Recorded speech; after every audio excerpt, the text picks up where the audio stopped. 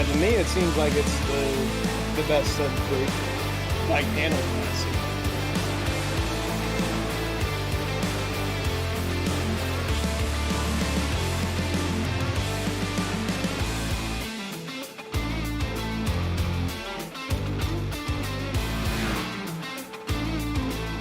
Yeah.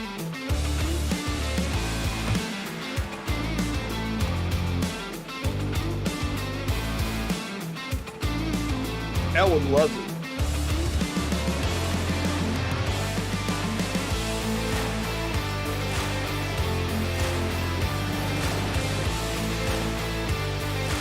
Theory in the regular season, yes.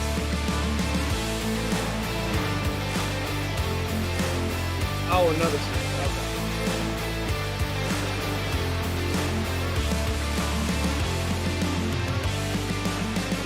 Oh, the mics are live. Hello, chat. Mics are live, I guess.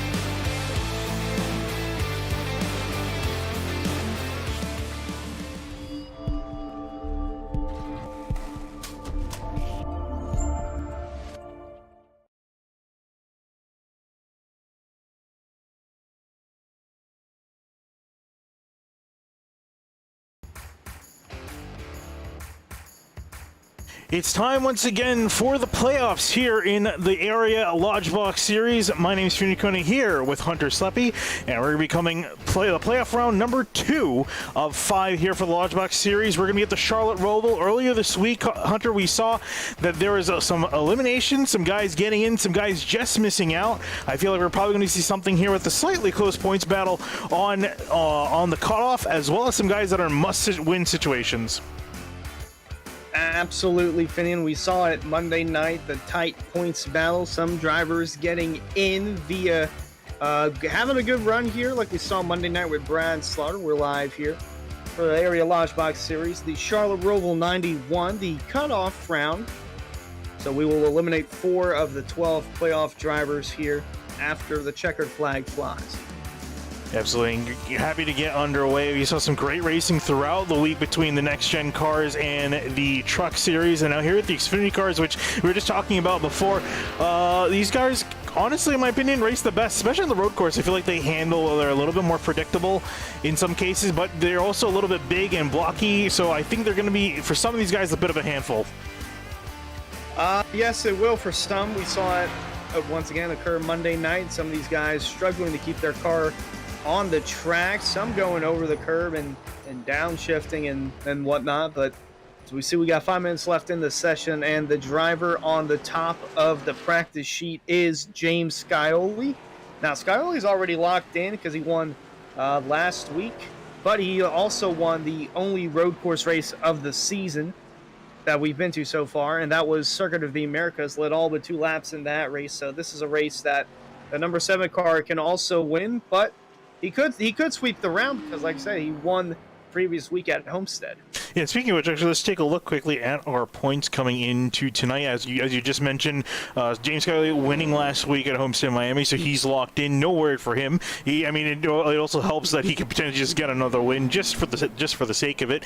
Alan Elwood also very much to the good. Shane Terry and Cameron Hearn and Davey Hendricks sitting pretty good. Once we get to Brian Sinizak, though, it gets a little bit more cautious because 6th, 7th, and 8th they're all just 3 points ahead, and in Fambro and Grant's case, only 1 point ahead of the cutoff. Richard Thomas right on that edge in 9th, trying to get in to the cutoff inside the top 8.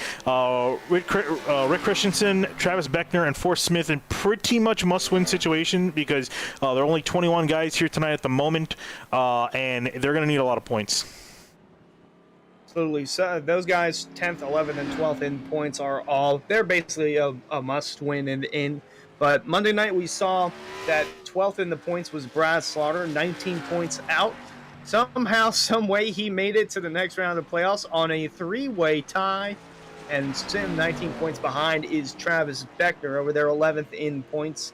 And he won Tuesday night as well, so he's one to look out for. As we shift over now to, this is actually the Truck Series standings after Homestead. It's tight in the trucks too. Just had to go over that. But staying with the trucks, Travis Beckner won Tuesday night here at the Roval. He also won in the Truck Series at Circuit of the Americas, but in the Lodgebox Series, he money shifted on the first lap at Circuit of the Americas. So maybe the 28 of Beckner will find a way to not money shift on the first lap here at the Charlotte Roval, as he's currently 5th quickest on the board. But we mentioned 19 points out. He's basically a must-win and in with only 21 cars in the field. It's also got a lot of right-side damage to that car. He's been off-roading. Yeah, that car's seen better days, and he's just riding on the apron now. But I do think for Beckner, he looked pretty good all week here, and obviously had a lot of practice this week as well. But he's going to need – he can't just be fast. He's going to be blisteringly fast. And again, with Scioli, you mentioned taking the only win at in this series on a road course at Circuit of the Americas earlier on. So definitely has the advantage in that department, and he's been wicked fast here all week. Well, a little too fast there with the heartburn turn and over there in turn 1. Here's another car to look out for. David Weishart got a top 5 in the Cup Series at Circuit of the Americas, and he finished 3rd Monday night here at the Roval, and he's currently 3rd quickest on the practice chart right now, the highest of those not in the postseason. But 33 of Weishart also one to look out for in tonight's race. Yeah, a bit surprising to not see him in the postseason. As I mentioned, just missed out.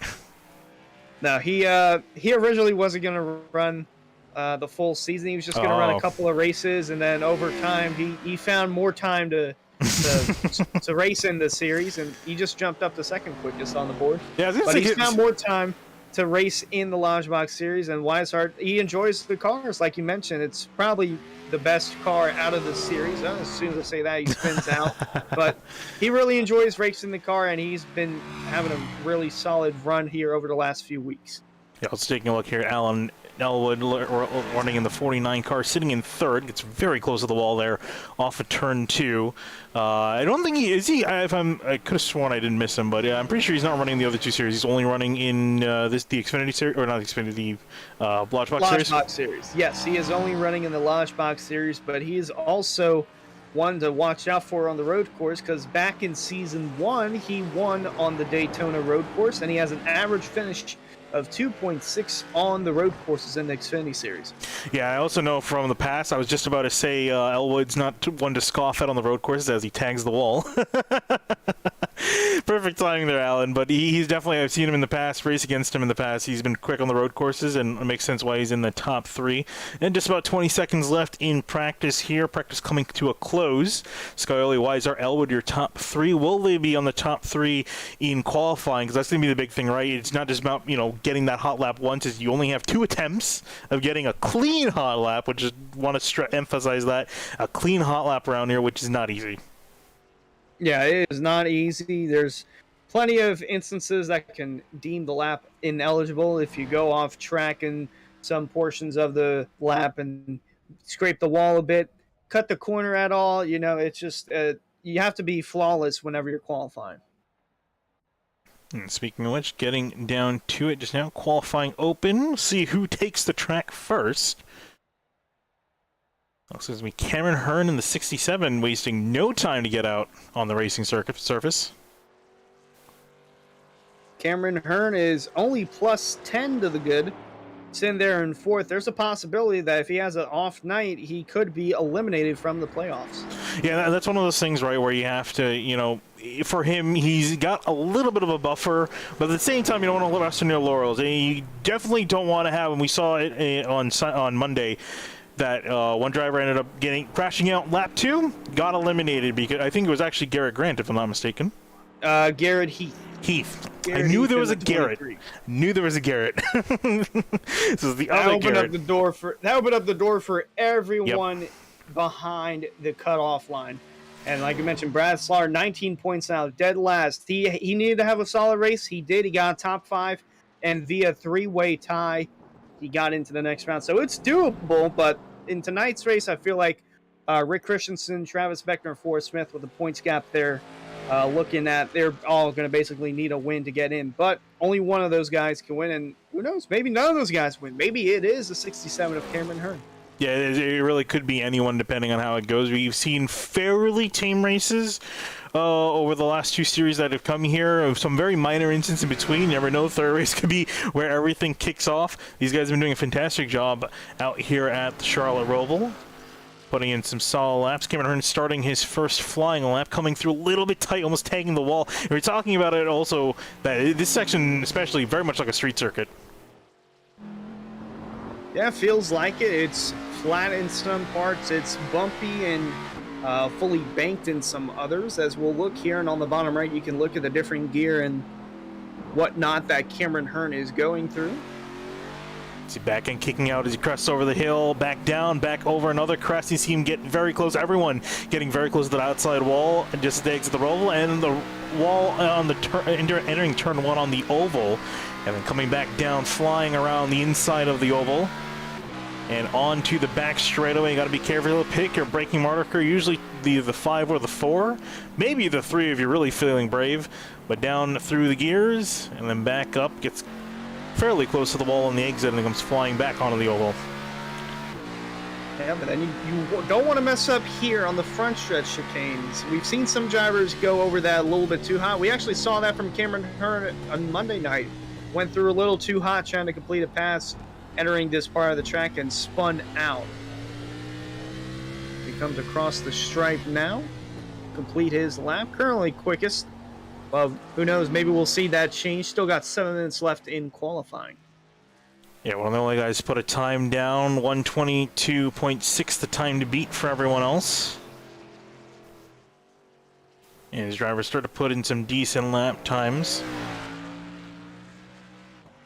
Going to take a look at Colin Fambro, where he is on the track. He's just kind of cruising on through. Coors Light on the hood of his car. It's a fantastic. I've been saying it all week. These guys have fantastic paint schemes. I feel like some leagues have like always been, you know, like every league we've done, it's gotten a little bit better. But I feel like these guys, I haven't really seen one bad paint scheme across the entire league. The week we've been broadcasting, that's like a big thumbs up because all these cars look fantastic. Yeah, well, this is the series where like half the cars are designed by Elwood. I mean, he's really great with his designs, both on the car and for some of the broadcast stuff that we do, like some of the graphic designs that he does. Just really talented overall. And that's also a talented driver, not with graphic design by any means, but on the racetrack behind the wheel, Weishart quickest here at the Roval. Getting roasted for his painting ability, but not for his driving ability, as he's currently sitting on pole, as you mentioned. I'm not 100% if he paints or not. That's what I said. If he did paint, then whoops. Taking a look at Colin Fambro getting up to speed now. I think he's going to start his flying lap. James Scioli, though, I think we're going to keep on him because I think he is on a flyer. And he was on the top of the timesheets in practice. So expect to see him up near the top of the field unless he made a mistake, which you never know. It could happen, especially in these chicanes. Asking a stock car to brake on a dime is a very tricky thing to do, especially trying to do that quickly. Yeah, don't want to overdo the brakes here because we saw it Monday night as well. Car get in too hot. I believe it was Alan Balancino. Got in too hot, went through the turtles over there on the backstretch chicane and ended his night. Flying through chicane, looking nice and orderly. So you can just take a little bit on entry, a lot of curb on the exit. And across the line for the number 7 machine. That's going to put him up on pole, 121.6. That is a quick time there for the number 7. Colin Fambro, meanwhile, working on the second half of his lap and getting interested in where he's going to end up because he is cutting it close. Again, we mentioned only 1 point above the cutoff, tied with Garrett Grant. So he's going to definitely need a good night because also Thomas, that is Richard Thomas, is also in the hunt as well, sitting in 9th. And he's currently sitting 9th on the timesheets as well. So that's the man that Fambro needs to beat.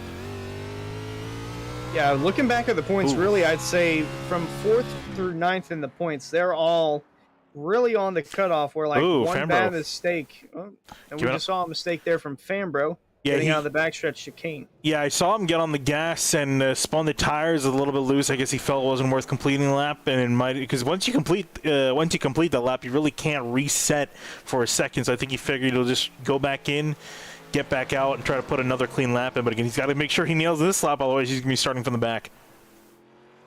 Yeah, you don't want to put yourself in that position because he's only +1 to the goodness, as well as Garrett Grant. Words are tough sometimes. Garrett Grant's also +1. Chris Ironfine doesn't have to worry about points. He is not a Lodgebox regular, so he can just cruise on by the number 45. And cruising, he's just doing his out lap now, I believe, or actually this might be his first time lap. As he works up through the infield section, the number 45 machine. Oh, he's gonna get close to the wall. Yep, you can kind of tell when someone runs a little bit too hard through that section. He seems just gassing up. I think he's a little frustrated that he hit the wall there. When you gassed up just a little bit, you kind of realize about 2 seconds before you're gonna hit that wall. Yep, and that's one of the dangers here about trying to be flawless. Just that one mistake, and the whole lap time gets eliminated. We're right on board with Colin Fambro, one of the only guys on the track about to set a hot lap in. And still curious where he's going to end up. Didn't actually see where he ended up in practice, so... I believe he was around 7th. Solid. Okay, I was going to say probably in the later part of the top 10. Sounds about right. So see if he can try to get close to that. And now the pressure's on, though, right? We talked about this as well. In qualifying, you get that one lap. The first lap, you can maybe set a banker lap in, then push the second one. But he's got all of his faith set in this one lap here. Yeah, it needs to be. Otherwise, he's not really going to have a good starting spot. Working on through, avoids the wall. And here's the tricky part now, getting on the gas. You don't want to hang it out too much. The last time around, he left a lot of trails off the rear tires getting up to speed. And then into the chicanes where you can make or break your lap, really, between both of these on the back stretch and the front stretch. Down through the gears. Take a decent helping of curb. You don't want to upset the balance too much. Here. And nice and gently on the throttle. He got through much better this time. So this lap could be good.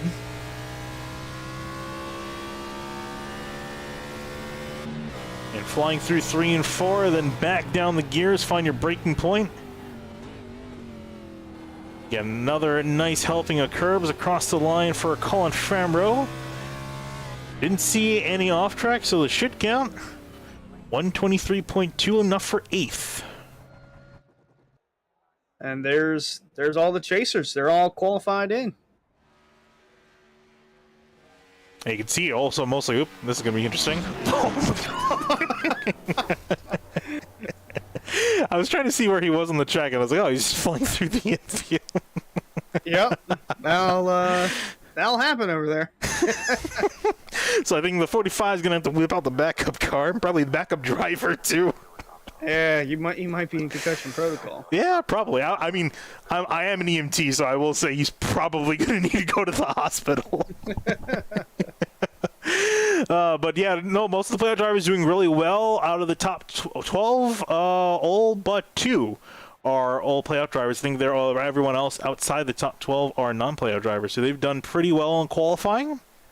See if they can perform and do well in the race here as we're just about to get ready for gridding. I was about to say, I'm looking through. The only 2 playoff drivers that I don't see are Rick Christensen and Forrest Smith. Yes, I think Smith is not here. I don't remember seeing Richardson either. Or Christensen, sorry. Yeah, I don't think they are here. Oh, and Fine he just alerted us in the Twitch chat. I'm okay, just a minor headache. 45 will be good to go in the race. Glad to hear. Thumbs up. Driver's okay. Always want to hear that. I'll cut live here, and we'll go through your starting lineup here in just a little bit.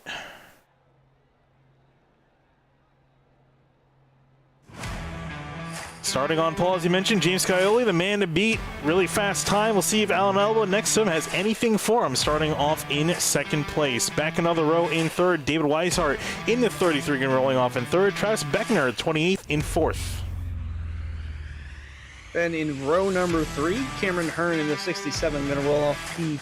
P6 is going to be the number 5 of Garrett Grant, both playoff drivers. Grant only 1 point above the cutoff line, needs a solid run here, as does, these 2 drivers over here in row 4. Davey Hendricks rolling off 7th. He's plus 10 to the cutoff line, and Colin Fambro going to roll off 8th in a number 54, plus 1 to the cutoff line. Yeah, very close. He needs to have a decent night. Moving back, Ryan Swan's going to be rolling off in 9th in the 8 machine. Richard Thomas next to him in the 1. Again, is on the outside looking in by just 1 point. He's got Colin Fambro starting literally right in front of him, so he's going to definitely keep an eye on Fambro. Moving back another row, Bryce Senizak going to be starting in the 09 and 11. Shane Terrian back in 12th in the 38. Then over here in row 7, the number 77, the Jordan Martin, going to roll off P13. 14th going to be Jose Ruiz in the 23. Then over here with row number 8, going to be Joey Chapman and Chris Seidenfein, 15th and 16th. Yeah, I think actually everyone back from 16th, I think, didn't put a time down. So Charles Canadian going to be rolling off in the 97 in 17th. Matthew Rodriguez started next in the 57 in 18th. Joshua Franks back in 19th, and rounding out your top 20, Jacob Hudson with Carter Coop, rounding out your 21-car field here at the Charlotte Roval. Looking through the chat, a reason for Forrest Smith not in the field tonight, out with his girlfriend celebrating her birthday. Happy birthday. That's a decent excuse. For Forrest Smith, yeah. It's it's great. I don't blame him. I think she'd be really angry if she had to sit and watch virtual race cars. Yeah. For her birthday. Yeah, so hope that all goes well tonight for Mr. Smith. We'll check a quick look at the weather as well. It's been pretty much the same all week long. About 120 71 degrees on the track, 74 degrees in the air. I wish it was 74 degrees in the air now with the heat wave coming through. Make sure you guys stay hydrated at home because that heat is killer. It's gonna be a mess, especially at Pocono this weekend. Which, by the way, I am heading for the weekend at Pocono Raceway. It's gonna be like high 80s, maybe low 90s, but it's gonna be hot. Yeah. Make sure everyone has their liquids replenished, mainly water. Yeah, I was gonna say the good liquids, the helpful liquids. Yes. I don't think alcohol is gonna really do you many favors. Not gonna do a favor for your wallet. No, definitely not. The field rolls through the chicane. It's going to have James Scully again leading the field down. Done very solid on the road courses this season and this week in general. See if he can do it again. Doesn't really need the win, but I think with the pace he's shown in practice and qualifying, definitely probably going to be the man to beat tonight. This would help heading into the next round for the number 7 if he does pull off the victory tonight. Yeah, we'll see what he can do. Pace truck moving off to the left side. Is going to make the turn on a pit lane. Field in control of the number 7, leading them on down. Everyone getting bunched up together. 35 laps on tap for tonight. Working through the chicane and on the gas. We are green here at the Roval.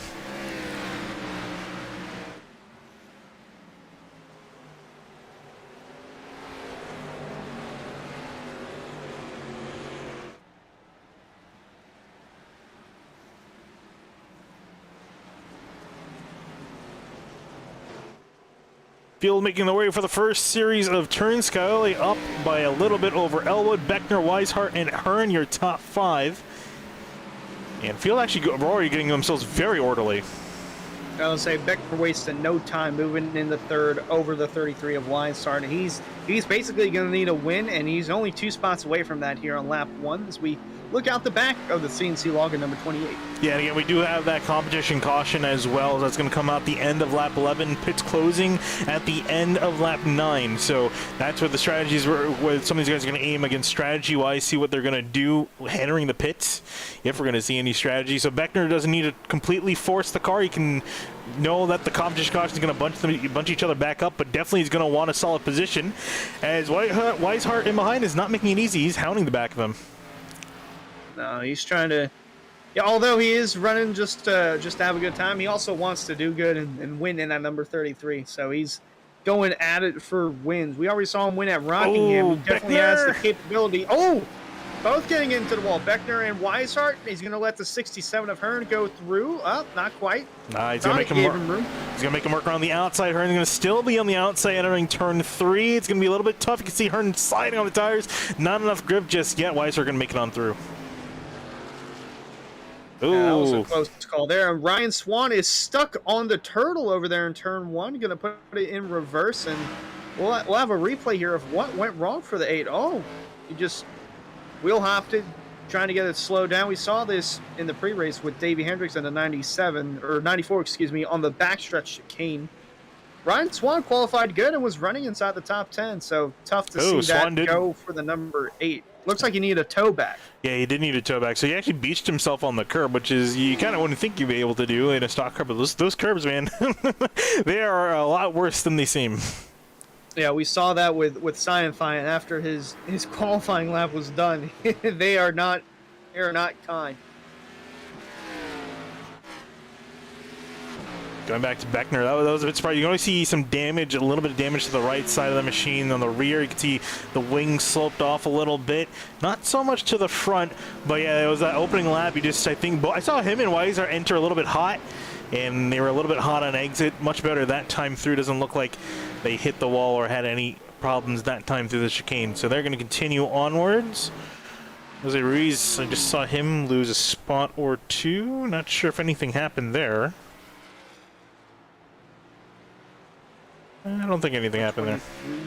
Rolling tough. He's been solid throughout his tenure here in area iRacing and the Lodgebox series. Led a lap in his first ever race at Auto Club.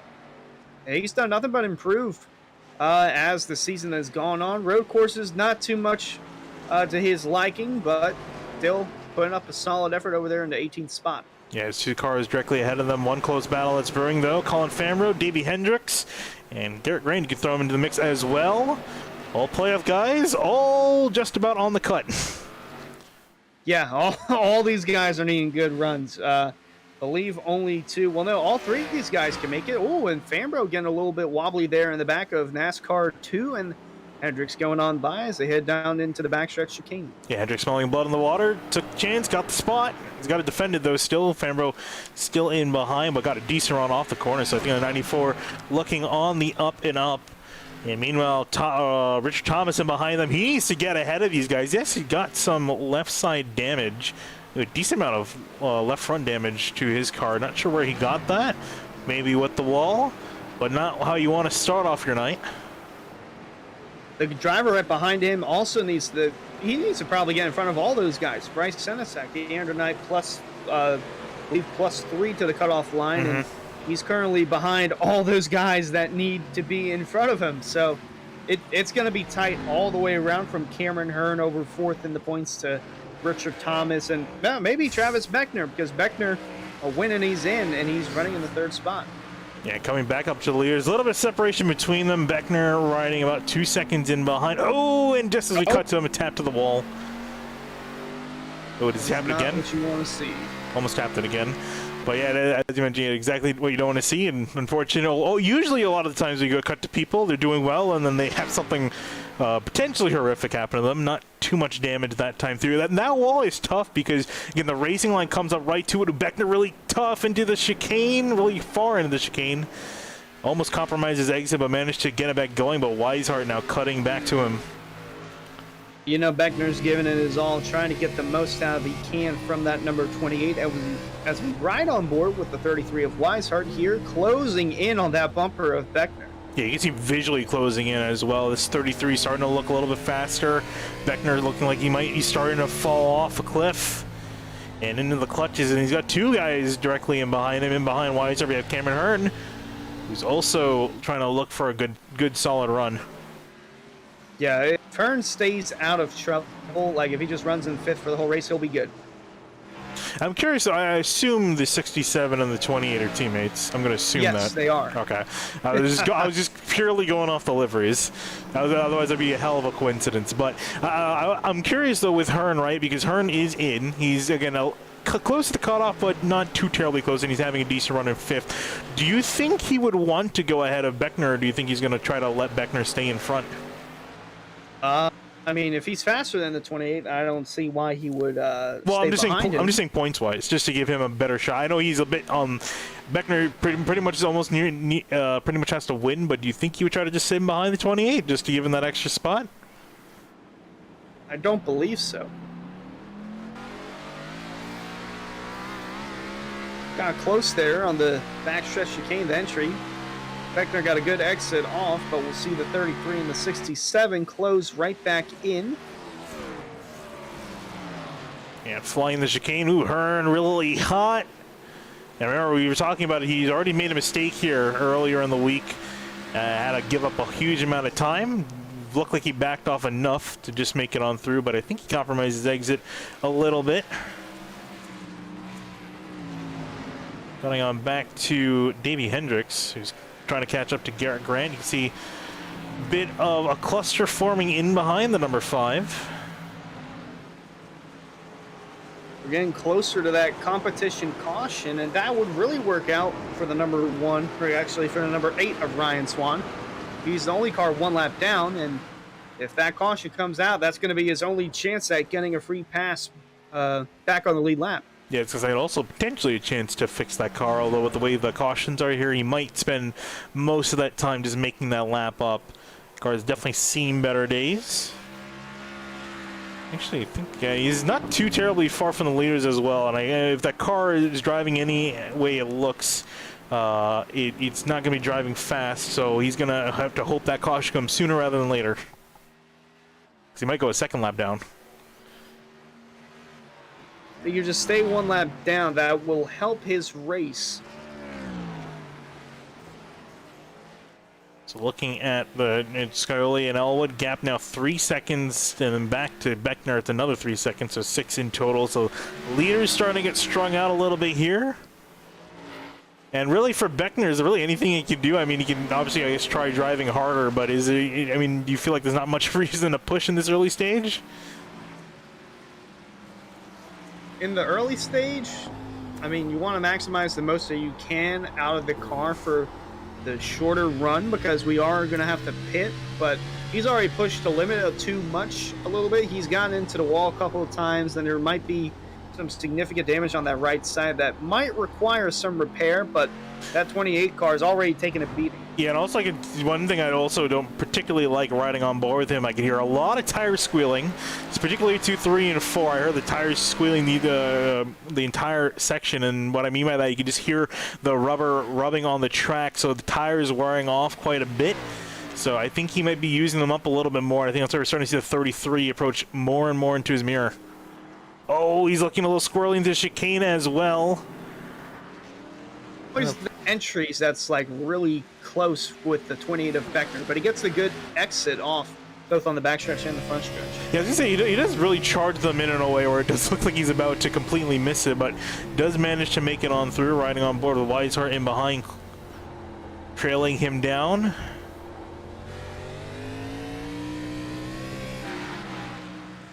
So trying to make some progress. Same thing with Cameron Hearn in behind in the 67. Your top 5. About 2 laps before pit road closes, so the completion of lap 9. Basically, once it hits lap 10, that's when pit road closes, and when the completion of lap 11, when lap 11 gets completed, the ticker changes to lap 12. That's when the caution will come out, and that'll be the only caution of the event. Yeah, I'm curious to see when we're going to start to see guys come in. I feel like we might see a taker or two this lap, and probably more the next lap. Question really is always, who is going to be the one to bite and come down pit lane? I feel like it might be the leaders. It's going to be either Scioli or Elwood going to lead the charge. Now the gap also 5 seconds, too. He's in another zip code. Whoa, that's a car going flying through there. Hello, Joshua Franks. Oh, that's the 9 of Josh Franks. The 9 has obviously gone a lap down, and that's not what the 8 of Ryan Swan wants to see. Josh Franks has lost the front of the car. Yeah, I was going to say, I'm not sure where he had that happen. I guess that explains why he's a lap down, but just came in a little bit too hot, went flying up and over the curbs. Luckily for the leaders, he just got clear of the racing line. Barely. See, they had to take an abrasive move to get out of the way. He's still trying to handle that number 9 car. It is not looking good for him. Meanwhile, in the back, you see some drivers making their way on the pit road. Alan Elwood. So that was either going to be him or Scioli leading the charge. It is the number 49 of Elwood. Got the CNC guys back there. Beckner, Hearn, they are all down pit road. Got a couple more guys in the back. Davey Hendricks, looks like Richard Thomas. Looks like all the Elwood guys came down pit road. Yeah, again, not too surprised to see all the teammates working together. Imagine discussing in the Discord what they want to do strategy-wise. So they're all gotten service to their car. Meanwhile, Scully, you can see working on through NASCAR turn 1 and 2. And this is going to be his final chance to pit this time by. Afterwards, he's going to have to wait till the competition caution to come in. So see if he does decide to bite, if he does want to come into the pits. He undercutted in Monday night's race and got in front of the 91 of Jake Nichols, and that's basically what gave the number 7 here he comes. to Scioli the win. So we'll see if this works against him tonight, because we saw Elwood lead the charge down pit road. We'll see what the 7 to Scioli does. Weishart's going to stay on the track. Interesting. I always love seeing when the leaders do different things. Makes things interesting. So Weishart, as mentioned, going to stay out. Garrett Grant in behind, currently in 3rd. He's going to stay out as well. Yeah, majority of these guys staying out. Fambro, Senizak. This is an interesting group. Grant, Fambro, and Senizak all staying out, all needing solid runs to make it to the next round of the playoffs. Going to have to keep an eye on those 3. Yeah, again, the guy trying to get in, Richard Thomas, he came into the pits, and he's trailing them. So it's always an interesting thing. I'm curious also if some of that may be due to trying to just copy what the other does. Maybe just to make sure that they're not too off sequence and they can race them out on the track. But Senizak actually trying to make the pass happen on Fambro here, looking a little racy. trying to get close. I think the 7 of Skyler is actually off of pit road, but 09 on the bumper of the 54, looking for that third spot, closing in quite a bit.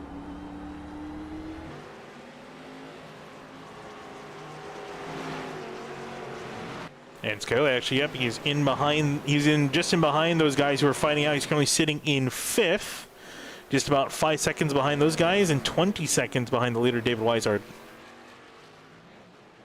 Came out in front of them, so he uppercutted them. They tried to undercut, and he uppercut him. Doing a good job in the strategy department, making sure he doesn't get undercutted. But actually, looking, there's a decent amount of cars that didn't come in. So pretty much half the field came in, half the field's gonna come in during the competition caution. So interesting mix there, and also interesting mix of names too, because some guys at the front, some guys in the midfield, in both departments. So this will be interesting to see how this shakes up, especially with the points on the line for guys on the cutoff like Fambro and Senizak, who we mentioned. Right now I'm looking at the top 4 have yet to pit. Jordan Martin hasn't pitted. Joey Chapman, Carter Coop, Matthew Rodriguez, Jose Ruiz. Believe those are the only cars that did not pit. Ryan Swan's still 1 lap down. Actually, the free pass car is Jacob Hudson in the 22. Yeah, his car also has seen better days. Yeah, but if he continues running in this 18th position and stays the first car 1 lap down, he will get the free pass. Yeah, he's got 20 seconds back to Joshua Franks, who's the next guy. That was the gentleman who we saw spinning around and spun around in the opposite direction in the backstretch chicane. And he doesn't look like his car is going to be able to catch him anytime soon, unless the 22 makes a mistake. But David Weishart working through NASCAR's turn 3 and 4. And we'll come down through the chicane and bring the field to caution. A solid run for the 33. Again, deciding to stay out. We'll see if this is going to be a solid move for him as he comes across the line. He finished in the 3rd spot Monday night and said that tire wear wasn't a big factor in either the COTA race or the previous Roval race from Monday night. So not sure if tire wear might be a reason that the 33 car is staying out. Maybe he thinks the tires can go all 35 laps, but who knows? Garrett Grant, teammate, Bell Weishart Esports, there in the 5. And then Fambro and Senizak, those are the 3 that we're going to have to keep an eye on, because Weishart isn't the only one that stayed out. It's also those 3, and those 3 are fighting for a lot more than that 33 car. Exactly. So that's going to be the really big thing, right, of, you know, where do you want to position yourself? And again, these guys all decided they pretty much want to come in together. Again, I do want to keep an eye on Richard Thomas. He's going to come out ahead of these guys because he came into the pits early on. So he's trying to position himself ahead of these guys just on track position. But the others are going to have fresher tires. So I think Thomas is figuring he's on the outside looking in, needs to do something a little bit different. Yeah, it'll be interesting to see if that one car can make it, because all the Elwood guys, they've been pretty quick. And Richard Thomas is the only driver from that team who has yet to win a race this year. And he might not make it to the next round, but if he has a solid run tonight, he will make it into round number 2. As we look at the 20th of Travis Beckner, he could be the race winner tonight if he has a solid second half in this race. But he's had some contact with the wall. Not sure if he got that damage repaired. He's actually just going to cut that part of the track's under caution. So not that big of a deal, but we'll have to see if the damage is repaired on that 28, because he made contact with the wall quite a bit in that opening stint. Yeah, I mean, you saw it hitting that wall just before exiting onto the Roval. And that wall is tough because it's solid concrete. It's not a tie barrier or a safer barrier, so you're gonna hit that. When you hit that wall, it does a lot of damage. So again, and the thing is, though, you can try to fix it, but I don't think he's going to risk it, right? Especially considering he's sitting in 3rd. They might get maybe 1 or 2 seconds of damage while he's just getting his normal pit stop service, but I think he's just going to get back out there as quickly as possible. He should cycle out to 3rd once the leaders all come in to pit, namely the top 4, and then a few other drivers in behind that also need to make their pit stop for the evening under this caution. Yep, lap 13 of 35 here. Caution in the Charlotte Roval 91, presented by Elite Entertainment. We would like to thank Elite Entertainment for their support of the Elite Entertainment Cup Series, and from all of us here at Area. Be sure to check out Elite Entertainment on Facebook and book them to DJ your next event.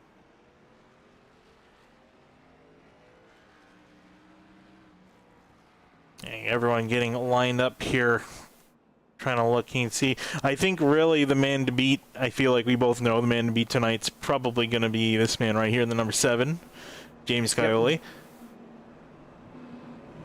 He looked pretty quick in the... Sorry, you got it. I was going to say, he was quick in practice. It's either going to be him or I was going to say the 49 of Alan Elwood. Really, those two guys have been solid in the opening run. But Elwood has drifted back 3 seconds or so behind the 7 whenever those guys decide to come down pit road. And the next driver up would be that 28 of Travis Beckner, who is an elite driver.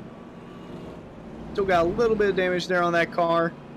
You can see it there on the right rear, but we'll have to see if he comes back down pit road to repair that damage, and we'll have to see what the top 4 do. Some of them might stay out. I'll be genuinely surprised if they stay out. That would be an interesting call. Maybe not one I agree with, but again, I always say I'm in the booth for a reason, not on the track. And it looks like Weishart, at least, looks like he's getting ready to come in. Here we go. Pits are open. Weishart, Grant, Famro, Senizak coming on down as we predicted. Ooh, I thought we saw Elwood thinking. A little bit of a cheeky fake down to pit lane. Then Jordan Martin coming in. Joey Chapman, Carter Coop, Jose Ruiz, Joshua Franks. Josh Franks in the 9 as well coming down pit road. And also that's because Charles Canita. I think he's out of the race. Yes, he is out of the race. He was out of the race 5 laps ago. Didn't get a chance to see what happened to him. There is the 22 of Jacob Hudson getting his lap back. The only driver who will get a free pass tonight after the competition yellow, because after this, it's just green flag racing to the finish. Yeah, I gotta say, I mean, speaking of green flag racing, the start completely clean, the initial start at least. No incidents there. Some minor incidents, obviously, throughout the rest of the race. But in the other two races, we did see just a little bit of carnage. You know, some beating, some bagging. A car or 2 spun around, but completely clean for this series. We'll see if the restart is going to be similar to that. But here's pretty much the revised order now. James Scioli again taking the lead, and then looking on back. First drivers to come into the pits this time is David Weishart, and he's sitting in 8th. That's not terrible. No, not too bad, but we'll have to see what the newer tires do compared to the older tires, if track position is really going to be that much of a factor, because it was a factor for Monday night, and really with the next-gen car, we'll have to see if that translates over to the Xfinity car. Yeah, I want to think that these cars do have a little bit more tire wear, but the question is it enough tire wear to offset that position? Will he be able to kind of climb his way? Because he's got a muscle. I mean, he's got to get past those cars, then they're not going to be easy. You know, there are a few pit corners you can make past him, but there's also some you just kind of have to sit stuck in behind. And then also, considering the fact he's got Colin Famro, I mean, these guys, Colin Famro, Garrett Graham, Bryce Senizak, they're just going to be pretty much racing each other, probably more so than the guys who are up ahead on older tires. So this could also have the chance to potentially get ugly, depending on how bad these guys want to make sure they make it to the next round. Yeah, we'll have to see. I don't think they're getting the one to go this time by. It might be next time by. Oh, okay. And also Richard Thomas, too, we're talking about him. He came in early so to give himself some track position. So he's sitting to the good. I would imagine, if I can do some basic math right, he should be in as they run. But again, he's on those older tires, and you got to imagine, does he have enough pace to hold off the 3 of them, Famro, Grant, and Senizak, when they come charging on through? Yeah, Richard Thomas, that's going to be the one to keep an eye on, literally, the one.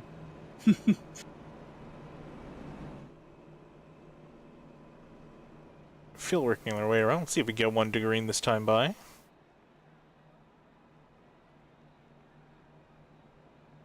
Truck flying on through the chicane. I can imagine a pickup truck flying through at speed like that. That would be nuts. It does look like we're getting one to green this time by. I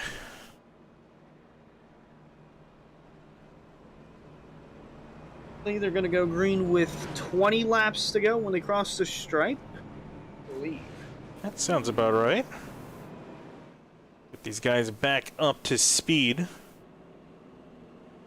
Trying to look if anything else is anything else crazy in the order. And Joshua Franks working his way around. I think was trying to fix his car up. Didn't get it fixed enough to the point where they added the front bumper back on, so at least on the bright side, he's gonna have some extra cooling. Again, considering it's fair, it's somewhat hot, not really that hot. So, speaking of hot, let's take a look at the weather again. Air temp 74, track temps come down about 3 degrees. You saw in the Truck Series race on Tuesday, it actually came down to almost 100 with some cloud cover late in the race, so that made things a lot cooler. I'm sure the drivers like that a lot more. We'll see if we see some cloud cover in this race, adding more to the grip pedals.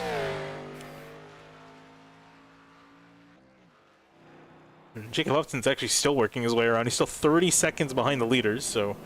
Wow. Oh, I think that was due to him probably having to come in, get service to his cars. I don't know if he actually might catch them. Gonna have to use up some of his new tires though, just to get him, just to catch back up. Yeah, 25 seconds. He's actually gonna see them probably on the oval. Now there you can see them on the oval. Gets on the gas, saying, "Oh no." He's like, "Oh, I'm not gonna make it." Nah, I think he'll make it. Do a Kyle Busch start. Yeah. Just cut the front stretch chicane and go there. What could go wrong? Yeah. Phil getting lined up and ready to go here. Scully, the man to beat. Elwood, another chance on the outside. I think he's going to have to try to make something happen on the restart. We're talking about him. He fell off a little bit on that last run. Maybe he's hiding. Maybe he's saving the car till the second stint now where he can push. We'll see if the 49's got anything in store. And again, also Travis Beckner, we're talking about him pretty much in a must-win situation. He's got 2 quick guys ahead of him, but he needs to find some sort of way around. And he's running out of opportunities. He's got 20 laps to try to make something happen here to get that final playoff spot. See what's going to happen here. Just about 20 laps to go here for the area Lodgebox Series. Coming up to the restart. 7 bring them very slowly this time. And finally gets going. Elwood, poor start on the outside. Beckner has the shot to get the second. Hearn taking advantage, trying to throw it up the inside for 3rd place. Oh, Beckner's going to throw it in. Oh, he just got the second spot. Didn't know if he was going to hit the bumper of Scioli, but Elwood, he tried to time that restart because it's all fair square whenever that pace car rolls into pit road. He tried to time it, it didn't work out, and instead the 28 of Beckner now 1 spot away from potentially moving on in the playoffs. Yeah, very, very solid move by Beckner. For Elwood, I think just got out a little bit too wide on the start, and I think Scioli caught him off guard when he started to accelerate, so Elwood was caught napping. But Beckner all over the back of Scioli. I'm curious if he's going to maybe try to set up maybe for a cheeky pass into the chicane. He's right there on the back bumper. He has to try something. Don't want to use up the tires too much, but I feel like he might have to send it in a little deep here as they work their way down the backstretch into the backstretch chicane. Right on the bumper of the 7, close to giving it a little tap. Back off there as they head out of the backstretch chicane. And the rest of the field, 1 car going over the turtles. It's Carter Coop in the 52. Oh, and he flew over those turtles twice.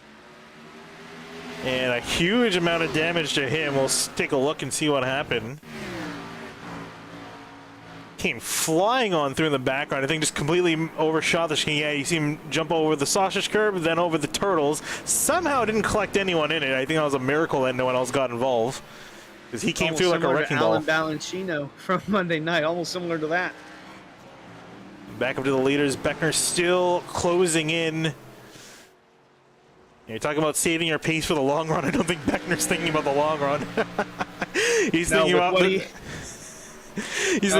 what he's done in the short run with, like you mentioned, it's wheeling the tires, using up. Oh, he got a little sideways there.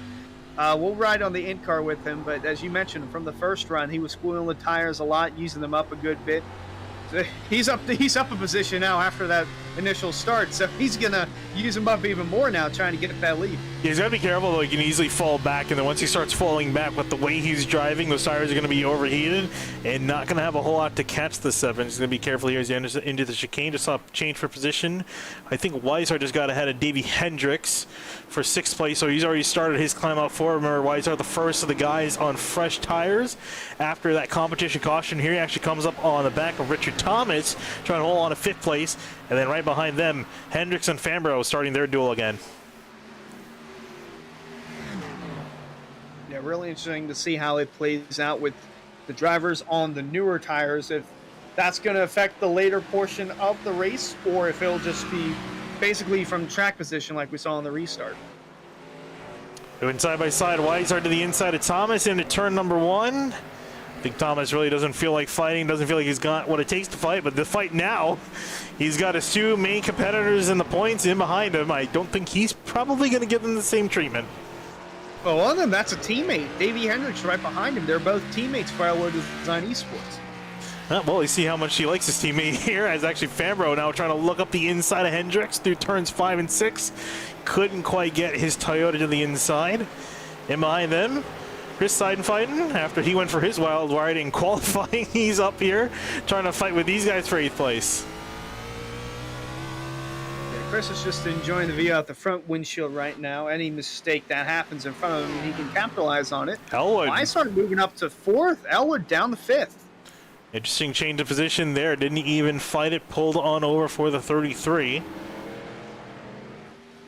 Back up with the leaders. Beckner's to 6th, now 7/10 of a second behind, so he's starting to fall back a little bit. Might have to start taking care of those tires earlier. Better later than never. And look at Still everyone. close to that 7. Look at everyone close together. Here comes Thomas. Did not get a good run off the corner. Here comes Hendricks to the inside. Fambro looking to find his way also on through. Can't quite get there. So Hendricks will get on by for 6th place.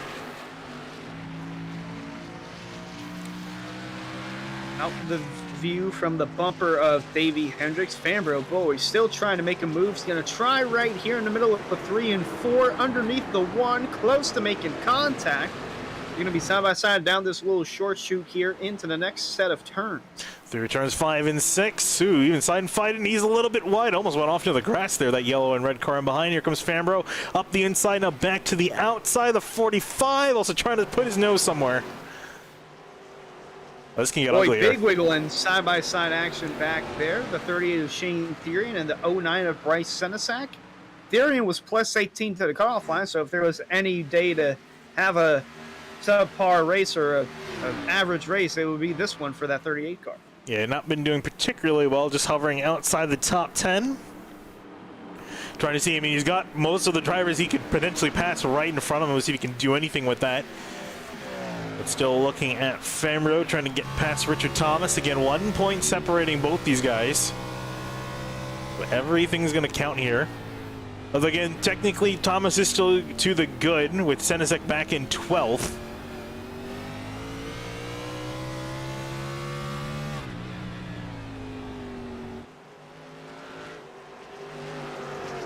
Ooh. Oh, hello.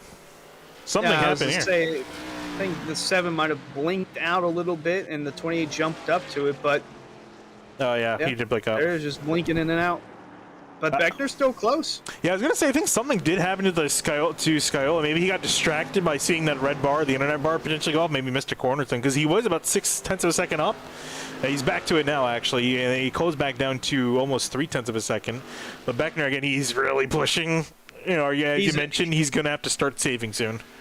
He's encouraging the blinking. He wants to see more of it. Because eventually, if it gets out of hand, they're going to have to ask the driver to park the car to fix the blinking issue. Seidenfeiten, I think, had some trouble just off the corner, dropping back to 11th now. Taryn and Grant able to get on by. Colin Fambro still working on the number 1 car. I'm actually a bit surprised he hasn't been able to get past Thomas. I thought this would have been a little bit of an easier pass. Could be setting up for it here. This is the closest he's been to that 1 car. Is he going to go? The... Has the look. going to settle back in behind. That was the closest he got to the bumper of the one. Maybe try to get a better exit here off turn 17 and down the front stretch into turn 1. Not quite going to sail He's back in line. just not close enough. He's like right in the range where he could dive, but I'm sure he definitely doesn't want to take the one out. Doesn't want to get him past that way. Ooh, the one though, a little bit sideways, entering turn 3. Now through turn 4. Traction off. Thomas is just managing to keep him in behind, which I obviously imagine is his game plan. Try to keep the 54 at bay as much as possible. A little bit of traction, loss of traction off the corner. Great fights happening throughout the majority of the field. Biggest battle really for 7th and 8th at the moment. Yep, and we've crossed the halfway portion of the race, so with 15 laps left, we're going to go ahead and take a look at our top 10 rundown presented by Swift Lifestyles. Fans, be sure to visit our sponsor, Swift Lifestyles, for clean supplements that can help improve your focus in gaming. You can use discount code AREA iRacing, AREA iRacing, for 15% off your entire order. We will once again like to give a big thanks to Swift Lifestyles for their continuous support of AREA iRacing as we ride with the 7 of James Scioli, the current leader. He's been the dominant car in tonight's race. He already won last week at Homestead. He already won earlier this season as well in Circuit of the Americas, and another one wouldn't hurt for that number 7 car, but it would definitely help for that number 28 of Travis Beckner running in the 2nd spot. He needs a win to get in to the next round of the playoffs. At 19 points back, had a little bobble there, keeping the car going. But he's going to need to finish 1 spot in front of that 7 to win. Yeah, I was going to say he is really. Oh yeah, he's really pushing the car hard. I was going to say he in the last 3 shots, you just see his car sliding into the frame, quite literally, trying to catch the 7. But you can just see how much he's struggling with the tires now. I think way over 10 because he's been sliding on, forcing the car to his bidding, trying to catch up. It's not quite enough though. And behind them though, Cameron Hearn, his teammate in the 67. There he's starting to actually catch up to Travis Beckner in 2nd place. Ooh, having a little bit of trouble getting through the gears there. It sounded like he was had some trouble, but going to make it on through the chicane, having a solid run from 5th up into 3rd. Then over to 4th, we got the 33 of David Weishart, the highest driver not in the postseason, and the highest driver on newer tires. He pitted under that competition caution right on the bumper of Cameron Hearn for the 3rd spot, but he runs in 4th. He finished 3rd in Monday night's Cup race, and we'll see if that carries into the last 13 laps for tonight's Charlotte Roval 91 for the Lodgebox Series, and running in the 5th spot, atop of those that don't have a win in the playoffs. Alan Elwood entered tonight plus 35 to the good. Already knew that he was basically a guaranteed lock if he showed up tonight, and he did just that. Running in the 5th spot hasn't been the race that the 49 of Elwood would have liked, but it's still a solid one inside the top 5. Yeah, I was going to say, like you mentioned, it was looking like he might have had a shot at the win, but it also doesn't really quite need that, so not going to force the issue. Davey Hendricks sitting back in 6th in the 94, having a pretty solid run up to from 7th to 6th, just trying to stay ahead of his main competitors, those being Senizek, Fambro, Grant, and Thomas. Doing good pretty much in all those departments, so he's getting the job done.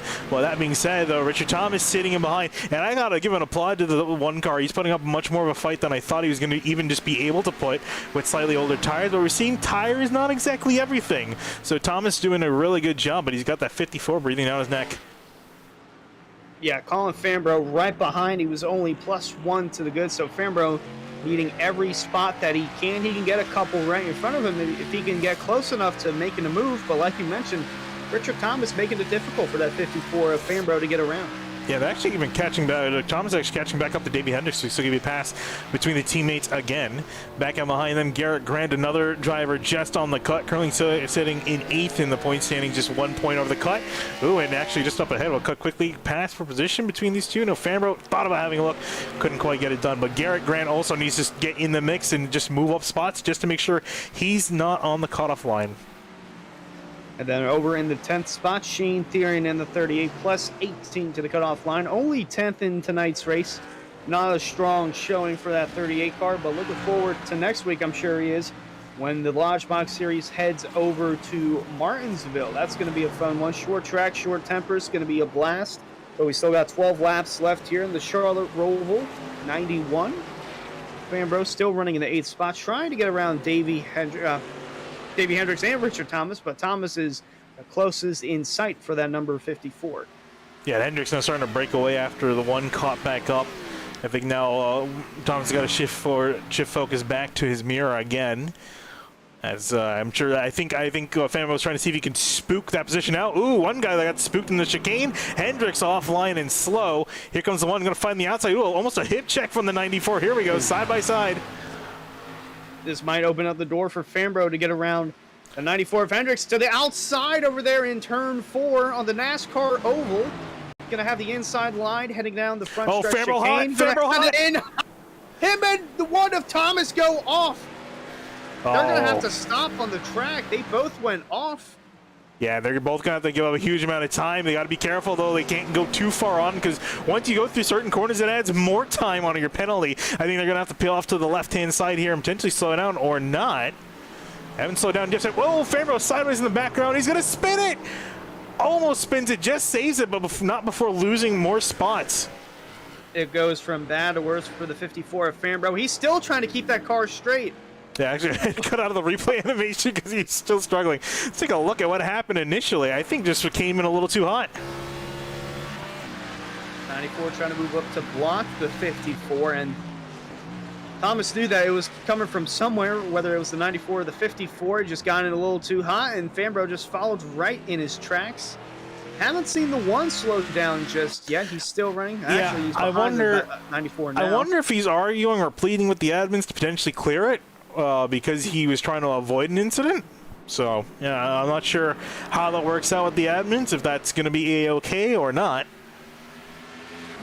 Because had he not backed out, that was definitely the right call. If he didn't back out, he would have been collected by the 54. So, and by the looks of it, he definitely didn't give up any time. So he's going to continue running there. Don't know if he has a black flag or not, and whether or not it's cleared.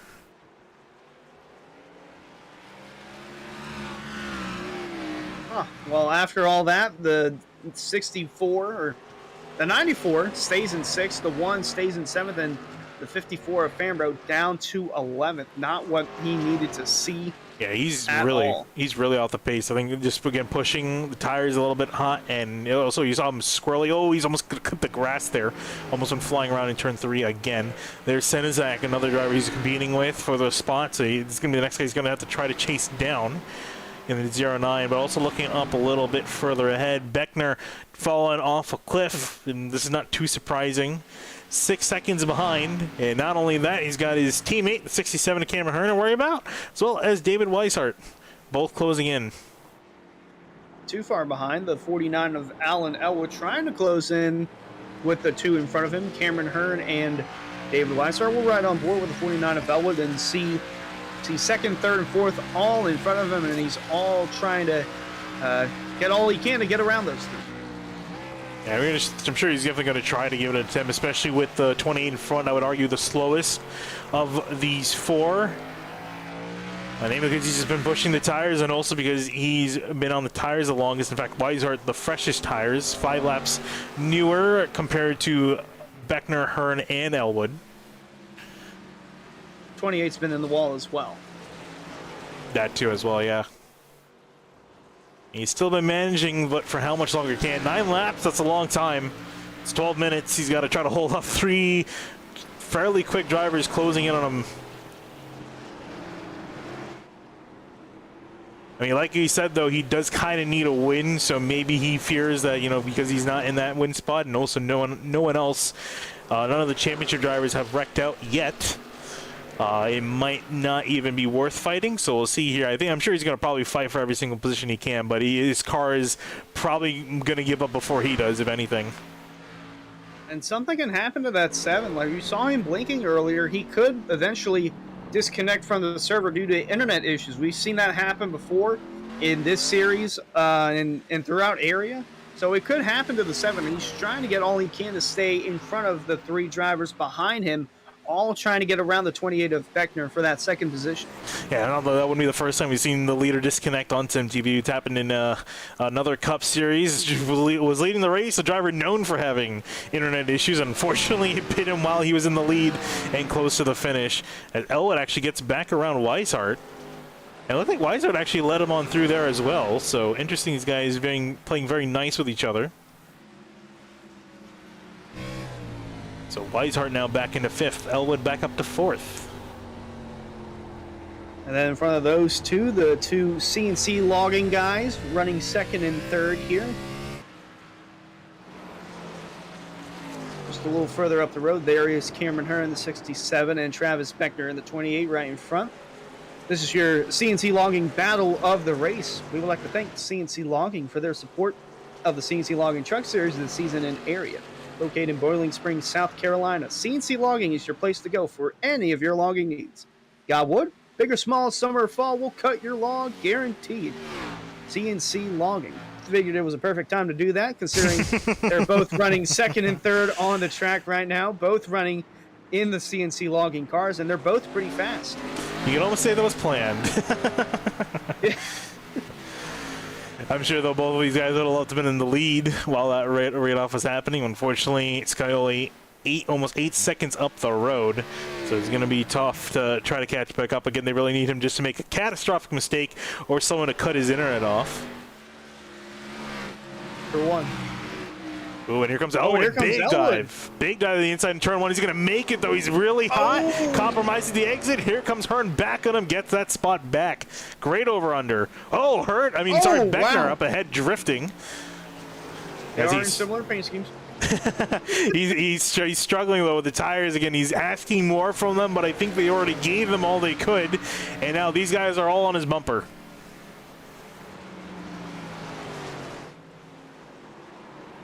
Fifth, all right there. Beckner getting loose. Here comes the 67 of Hearn on the bumper, trying to look to the inside. Beckner really loose, trying to stay out of the wall. He's leading the conga line out of the infield section into turn 1. He is still loose. He might let the 67 go. No, not quite. I don't think he's in a position to let him go. If he lets him go, he lets all of them go. Here we go. 1. Are we going to go 2 wide? Are we going to go 3 wide? They're going to split him. Someone's got to get in too hot. It might be the 28. It is the 28. Travis Beckner runs it wide through the backstretch chicane. Knew something had to give there, and he's going to let all 3 of those guys go by. Knew something had to give, and now Hearn 2nd, Elwood 3rd, Weishart 4th, and Beckner down the 5th.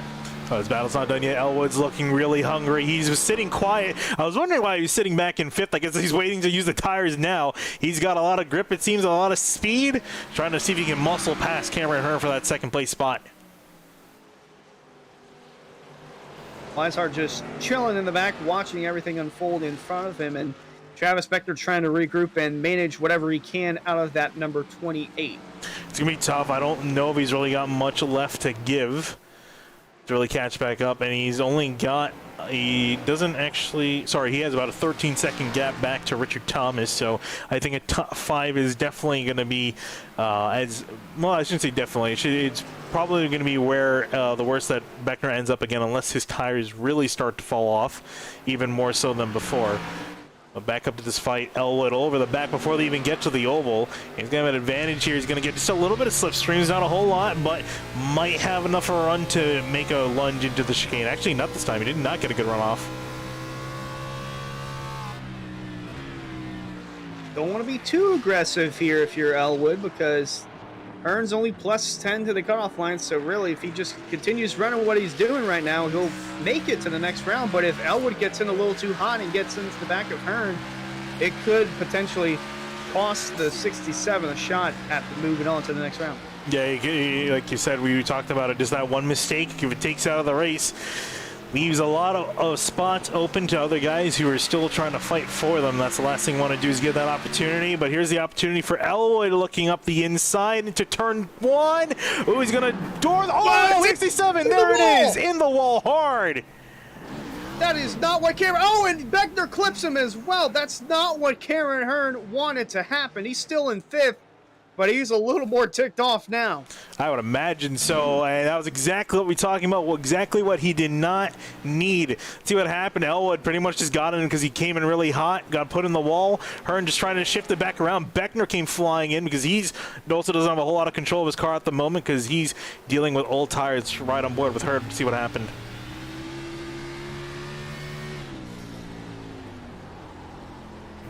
Let's see, there's Elwood. Yeah.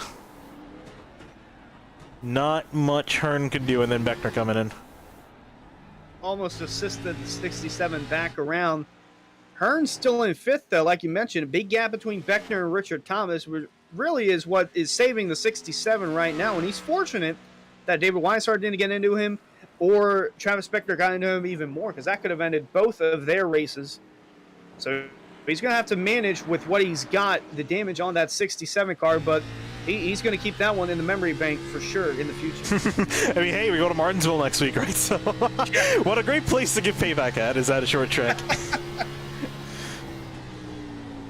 And, I mean, that car does look drivable, and it doesn't look like he may need to come into the pits for any meatball flag. No required repairs, so he can continue on out there. And I think, again, he has got a decent gap to work with, and I think he can lose a few more positions to the point where he may really have to start worrying. So I think he's in an okay spot. However, this may not be okay for much longer. Here we see Garrett Grant lurking up the inside, sliding through to try to get to the inside of the one to make a move. We've seen this one of Thomas, hard to pass, and is going to continue to be a thorn in the side for many of these drivers. And Davey Hendricks also plus 10 to the good, so he really needs to continue running where he is right now and possibly avoid the carnage that might happen in front of him. The 5 of Grant closing in on the 1 of Thomas. Bumper. Going to give him a little bump here. Oh, Hendricks. Thomas going to give a bump to Grant. Everyone giving bumps to each other. Where is it going to end? Here comes the 5, going to try to look up the inside on the exit of the Roval. This is going to be a tough place to make a pass. Manages to muscle on through. He's going to get it done, but Thomas, though, he can get back in behind and try to dive it up back on the chicane. We'll see if he's going to risk it. He might have to.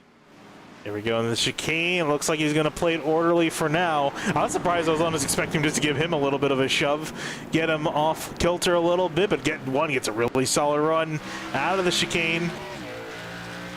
I'll say you might be waiting for the front stretch chicane to make the move. 3 laps left here at the Charlotte Roval. Time is ticking down for some of these guys if they want to move on to the next round of the playoffs, like Richard Thomas closing in on Garrett Grant. He needs to get around that 5 if he wants to have a shot at the postseason. And one car in the back, might have been Jacob Hudson, just blew through the front stretch chicane, saw him knock down a couple of cones. Yeah, that was indeed Jacob Hudson. He's down 2 laps down after getting that wave around. Is not having a good night. Whoa! Almost looped it there. That was dangerous. Keep the car straight. Good job there, good car control. Cutting back to that battle, though, for position. Don't want to really pull away too much from it. This is one of the closest battles on the track. Richard Thomas still running good in 7th. Lost that battle to Grant. I don't think he has much more for the 5. And he's still got the 94, Terrian in the 38, and Bryce Senezak sitting in 10th. Meanwhile, Colin Famro still trying to catch back up. I would really start to be worried if I'm the 54. So remember, when we're talking about he's only 1 point to the good over Thomas, and after that, there's not much else. So he's in behind. I think he might be potentially eliminated here. He might be on the hot seat because Beckner was a must-win, and he's not in a position where he's close to winning. Rick Christensen for Smith did not make it tonight, so really might be not Rick Christensen, sorry, the 54 of Colin Famro, who is on the outside looking in once this is all settled. Yeah, again, unless something happens here, we got 2 laps to go for these guys, and anything can happen, considering how close they are. So if we see something like what we saw with Cameron Hearn, cars getting wrecked and spun around, not much is looking good for the 54 of Colin Famro at the moment. See if the 1 is saving his tires left with whatever he's got for that last lap, because that's what's going to come down to.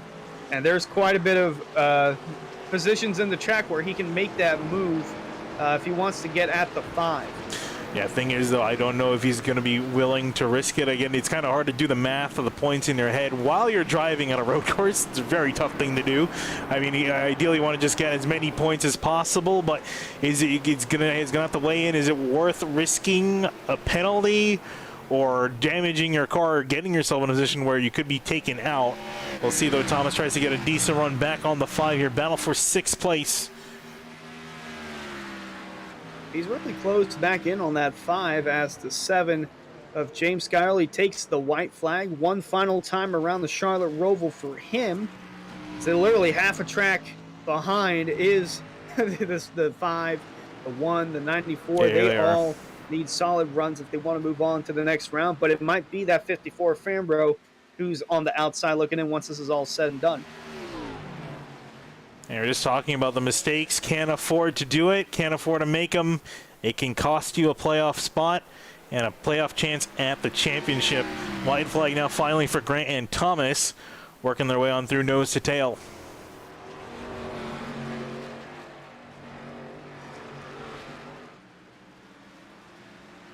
But really tight racing there as they're working their way through turns 3 and 4. 7 of Scioli has a comfortable lead. So he's working his way down the backstretch in the backstretch chicane for the final time. Yeah, I mean, not really much to report from the 7. Sorry, I haven't kept the camera on him. Nothing really particularly interesting because he's just gone out there and dominated this race. Up 13 seconds back to the 49 of Alan Elwood. Not much of a story for Scioli. I think he might like it that way. It was a fairly easy drive for him, but definitely well earned as he rounds through the final chicane. It's going to be James Scioli coming out and on top here at the Charlotte Roval. He's going to get first easily. We move on back now to Alan Elwood, who's going to come home second if he gets through the final chicane. Looks like he will. David Weishart right behind, going to finish third once again in that 33. And then, Travis Beckner might lose fourth here to Cameron Hearn. Hearn's going to give it a big send. Big send and a door. Oh, they touch. Oh, they're about to Hearn's going to get the spot away from Travis Beckner. And then in the back, Garrett Grant, Richard Thomas. They're going to come out P6 and P7. Davey Hendricks with 8th. Therian, Senesac.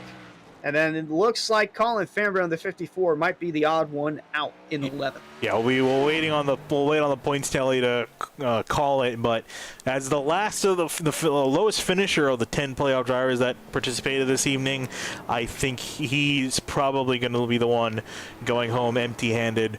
But for James Scioli taking home the win, solid drive for him, and definitely solid drive. I really got, if we had a driver of the day, either between Scioli or Richard Thomas, because Thomas did a fantastic job. And we look back and remember the strategy earlier. I think him pitting early, giving himself some track position, I think that might have been the winning call for him because he actually started the race in behind them. He started in 10th, moved up 3 positions into 7th.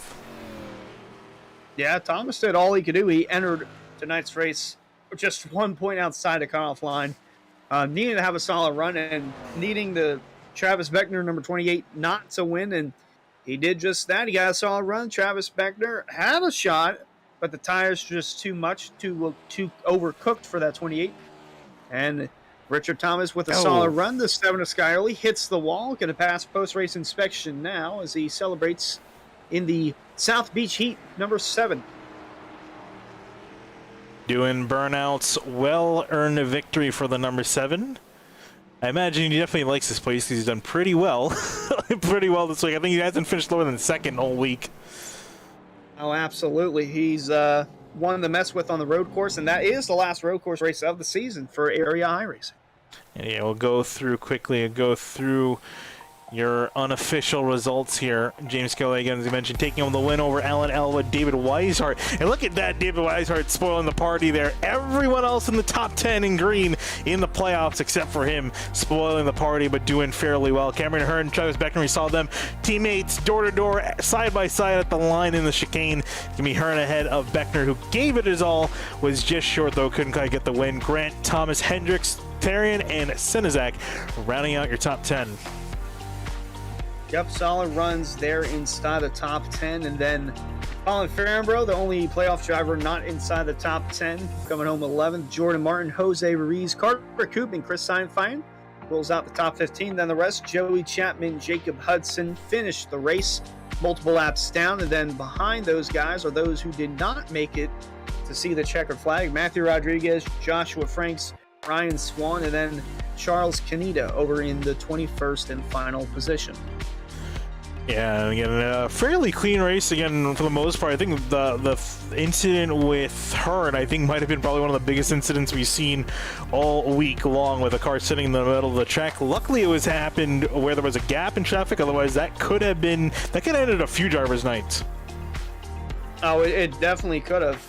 Cameron Hearn almost had his night ended with the contact he had from Alan Elwood. So, going to be interesting to see what Elwood has to say about that, because Cameron Hearn hasn't had good luck throughout any of the series for the most part of the season here for Season 2 of Area iRacing, so it'll be interesting to see what goes on from here.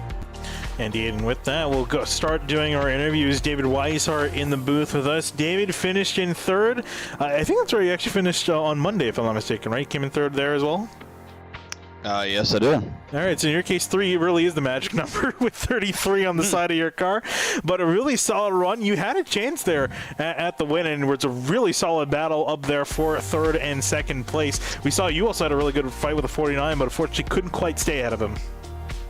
Yeah, my teammate James, like I said, Monday night, he's the road course ace. You know, I don't think anybody had anything for him.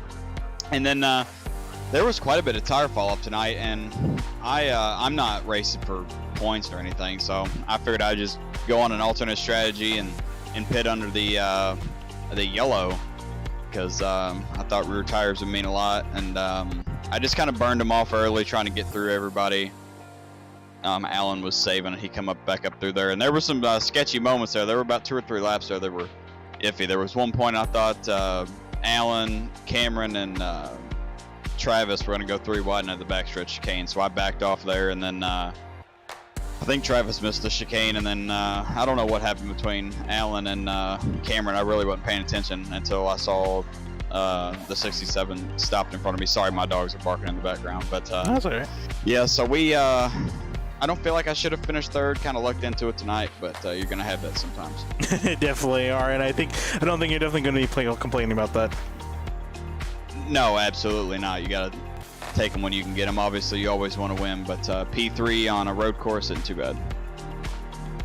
2 nights in a row. Like I said, it must be a lucky number. Lucked into it. Number 3 might be a lucky number. 333, whichever one it is. We're going to Martinsville next week for all 3 series. No, you're going to be one of the first guys out there for Monday night in the Cup Series. What are your thoughts on that, not only for the Cup side of things, but for the Lodgebox side of things as well?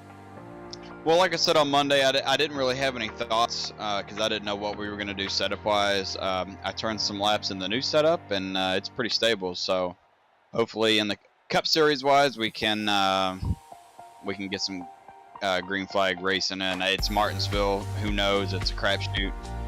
Just try to keep the nose clean, really. So that's what that's the strategy really for Monday night and Thursday night. Well, David, it's a really solid run for you, even though it wasn't the win. Still, just a solid run for points, even though you're not running for it in this series. But best of luck to you next week at Martinsville. All right, thanks. Just want to congratulate my teammate James on the win, and thanks to Butt Kicker. All right, with that, we'll move on to Alan Elwood, our second place finisher tonight. And Alan, well, we saw you had a fairly interesting... move myself. There we go. Accidentally somehow managed to move myself. Don't know how that happened. I think I was trying to grab David, and I think he left as I was grabbing him. Yeah, maybe that was a CTV first. Gotta say. But Alan, gotta say, you had a fairly interesting night. First thing I guess we gotta ask really is what happened between you and the 67 of Cameron Hearn. I had a bunch of unexpected wheel hop going into that corner. After the race was over, I immediately went and apologized to him because he knows I don't like to get into people. I don't like to cause incidents, and there was no need to actually get into one another. I mean, we were having a great battle, and you know he's worried about his points. I'm not. So you know, at the very least, like you don't want to have somebody get knocked out of the playoffs for something like that. And luckily, that didn't cost him. But yeah, that was just dumb move on my part. I saw the opening and I thought he wasn't necessarily going to be on the outside. I thought I'd clear him again, and he actually tried to stick it on the outside, and I wheel hopped, and we made contact. So, stupid move on my part, but sometimes you see the window and you're like, oh, maybe I can try to fill the gap and see if I can make the pass. Well, a bumpy road to Stecca, but nonetheless, it seemed like you were going to undercut the 7 of Skyly there before the competition caution came out. Didn't quite work out that way. Is there anything different that you could have done to try and get around the 7? I mean, you did pit before him, but he still got out in front. Yeah, I was really trying to save my tires after that pit stop because I figured that if you try and burn him off too quick and get ahead of the 7, he's just going to end up passing you right back on the next run. So I was trying to save. I saw him really trying to save tires because you know how critical they're going to be. And I don't know that I could have done anything different going into this race. I don't think anybody didn't expect him to win. Like he's been the guy to beat on road courses recently, and so you know that he's got it down. And so you just try to run the best race you can, and hope maybe a strategy that you pull with saving your tires a little more or work out. But it didn't in the end. But we'll take a second and hopefully take the momentum into the next round. Well, Alan, definitely hope you do have some luck into the next round. Solid second place, so you can do next week at Martinsville and for the rest of the playoffs. Yeah, sounds good, guys. Looking forward to it. Moving on, last but certainly not least, James Scioli going to be in the booth once again here after doing a pretty dominating performance. James, 15-second lead over Alan. How did you manage to pull it off?